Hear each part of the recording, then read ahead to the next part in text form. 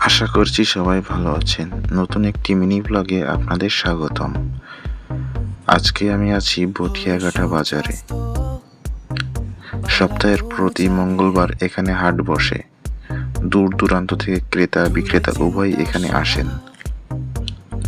বাজারটির নামকরণ দেখতে পেলাম হাটবাটি হাট বাজার। একটু অদ্ভুত নাম, নিশ্চয়ই কোনো কারণ আছে, কিন্তু কারণটা আপাতত আমার জানা নেই। মহিলা পুরুষ সব ধরনের বিক্রেতা এখানে চোখে পড়ার মতো। সব ধরনের নিত্য প্রয়োজনীয় জিনিস এখানে পাবেন সুলভ মূল্যে। মাছ ধরার জাল, মাছ মাংস, কাঁচা বাজার, পান সুপারি, বিভিন্ন ধরনের মিষ্টি, লোহার জিনিস, দা বটি, কুটার কোদাল ইত্যাদি, ধান চাল, ফাস্টফুড, ওষুধ, জামা প্যান্ট, জুতা, শাড়ি কাপড় সবকিছু পাবেন অন্য মার্কেট থেকে অনেক কম দামে। এই কারণে হয়তো বাজারটি এত পপুলার।